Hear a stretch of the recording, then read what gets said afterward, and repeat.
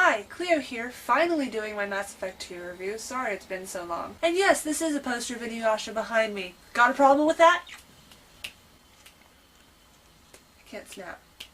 Now, having just finished Dragon Age when I started this game, and seeing as they're made by the same company, BioWare, and seeing that they have a similar interface, I'm going to try really hard not to compare the two, but comparisons probably will happen, so deal with it. Mass Effect 2 is, if you didn't know, and you live under a rock apparently, is a sci-fi based RPG, at least I think. I don't know. I'm kind of hazy about the genre definitions for video games and music and movies and everything else. It's sort of a first-person shooter, except that there are RPG elements to it. You have powers that you can build up, you have different ammo types that you can use. And I played Mass Effect 1, but I played it a long time ago, and I played it on PS3, whereas this time I played it on the PC because I finally have a decent video card. As such, I was not able to utilize the carry over your old character facet that is possible with this game, and is one of the main reasons it was touted as such a big deal, because apparently if you play on the same platform and you bring over your save game from the last game, decisions that you made in Mass Effect 1 will affect what happens in Mass Effect 2. For instance, if you chose Kaidan or Ashley to die, that carries through, and so on and so forth. So keep in mind that my perspective is if you start Mass Effect 2 with a totally new save file, which is what I had to do. There's also a fair amount of romance options in ME2, which should make a lot of people happy. For instance, you can now do interspecies relationships. I was a girl, as I said, so I ended up getting it on with Garrus. There's also Thane, who is the lizard frog dude guy, and there's also, what's his name? Wow, Jacob? Is that his name? The black guy? You know, I don't even remember. He was so boring that I just didn't even, I talked to him twice and then he thought that we had a relationship, so I was like, I'm gonna avoid you. You remind me too much of guys I know in real life. Bye. I don't mean that in a mean way. Exactly. Tangent! There's also a lot of female options if you're playing a guy. There's Tali, the Quarian, who has no face that you can see, but who's just got such a badass personality that, you know, how can you not love her? And there's Miranda, who a lot of people don't like for some reason, but I think she's great. She starts out as kind of a bitch, but then she warms up as you know, do your loyalty quest with her and you hang out with her. And finally you can get her out of that golf ball ass outfit, which was a nice plus in my book. There's also Jack, well, I'm not going to go into Jack because that's kind of a secret, although if you do any internet searching you're probably going to find a picture of Jack. But anyway, yeah, there's a lot of romance options. Unfortunately, just like Dragon Age, you can't really have more than one going without the other one going, ah, you're double timing me. I think it would have been fun to be able to cheat on people. I had that desire in the first one too, I remember, because I was really sad that I could only have one relationship. Not that I would two-time people in real life, just in video games. Video games are where we live out our altruistic visions, right? Or is it vicarious? Vicarious.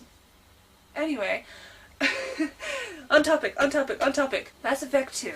So, it does have roleplay elements in it, as in, you know, you can romance people, there's a lot of talking to people and everything like that, but there aren't as many, at least in my opinion, there aren't as many different paths you can take throughout the game. I think in Mass Effect 1, you know, there were some vastly different paths you could go, and at least in ME2, it just sort of felt like I was getting my hand held through the storyline through most of it. I mean, yeah, you can pick what order to do the things, but they still carry out the same way whenever you do them. And also, they changed the side quests a lot. I mentioned this in my first impressions of ME2 video, which is a lot more in depth, and you should probably watch that before you watch this one. They changed the mini-games, so now you don't go to the planet and drive around the Mako. There is no Mako. Instead, you go to a planet and you have like a scanner, and it's just like, it's kind of like doing ultrasound on someone's stomach, except you're doing it on a planet. And you scroll around and you have this little meter on the side and you look for the meter, go do-do-do, you have this element, and then you go over and you click it and it sends a probe, and when you send a probe on Uranus, the computer AI goes, really? The graphics are good. Some of the worlds are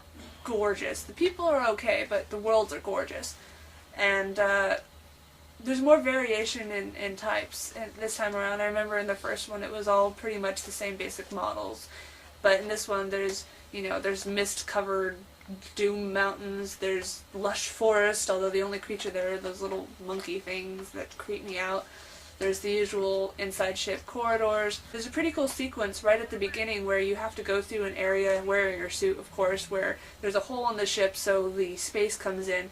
And I thought it was a very nice touch that even though there's explosions and everything, all you can hear is your own breathing because, hey, there's no sound in space. I thought that was a really nice touch, but that only happens once. So there was a lot of care taken, I think, to immerse the character in the environment, and kudos to BioWare for that. Joker, your captain of ME1 Normandy.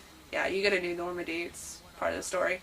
He carries over, so Seth Green is hilarious as always, but unfortunately they don't have too much of him in the game. The dialogue tends to repeat itself too, which is kind of kills the mood for me. I mean, Dragon Age comparison, ahoy! In Dragon Age, when you carry through a conversation, that option is no longer available. This is why I was always saving before I went into a conversation with someone I wanted to get in good with, because if you pick the wrong option, you're screwed! You can't go back! In Mass Effect, you can kind of just keep repeating conversations, and unfortunately a lot of them loop when you don't want to. Once you get your partner to say, hey, once we go into the suicide mission, let's totally do it and have sex and it'll be great. Every time you go to try to talk to them after that, you can either call it off or hear them repeat themselves. For a long time. I mean, unfortunately I got to that point when I still had like 5 missions left, so for 5 missions I'd rush home to the ship and rush up to Garrus and go, hey Garrus, I just saved this person! What do you have to say about that? And he would repeat himself. It was like, come on man, come on, really? Come on, really? Really? Come on, really?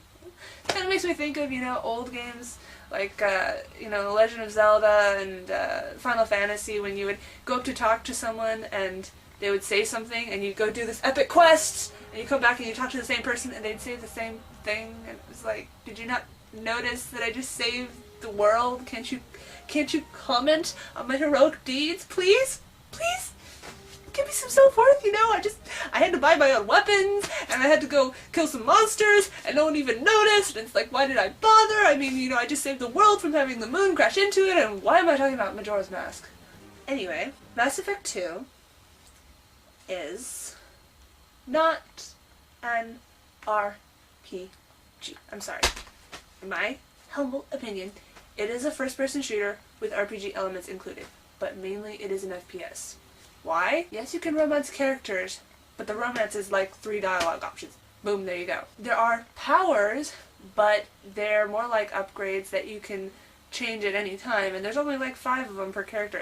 Actually, no, there's 3, and then you can possibly get another one if you do the loyalty quest for that character. That's it. And a lot of the powers, they're one-time things that you do in combat. You switch over to the wheel and you use it. That to me is just like a pickup, You go over the little icon and you pick it and now you have this kind of weapon type. That's what it felt like. It did not feel like an RPG where it's like, Oblivion, where you sink all your points into lockpicking so that you're the best lockpicker ever. Honestly, if you're an RPG fan first and you don't really like first-person shooters, I would steer clear of Mass Effect 2. You're probably not going to enjoy it because it's a lot of shooting.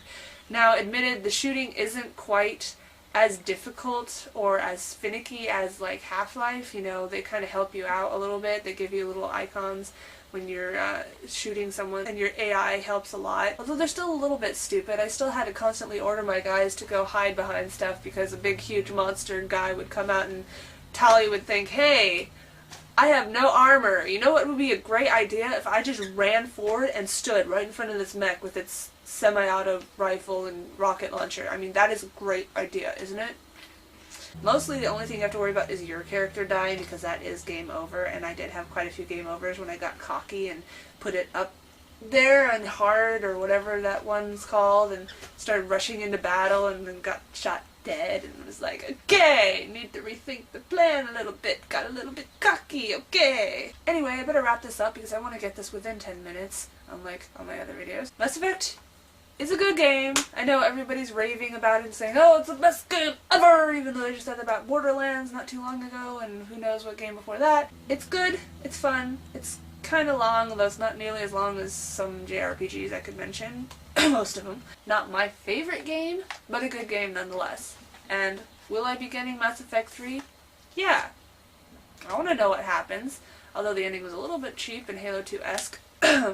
Don't let my negativity dissuade you. It is a good game. It's fun. It really is. Just not an RPG. Sorry.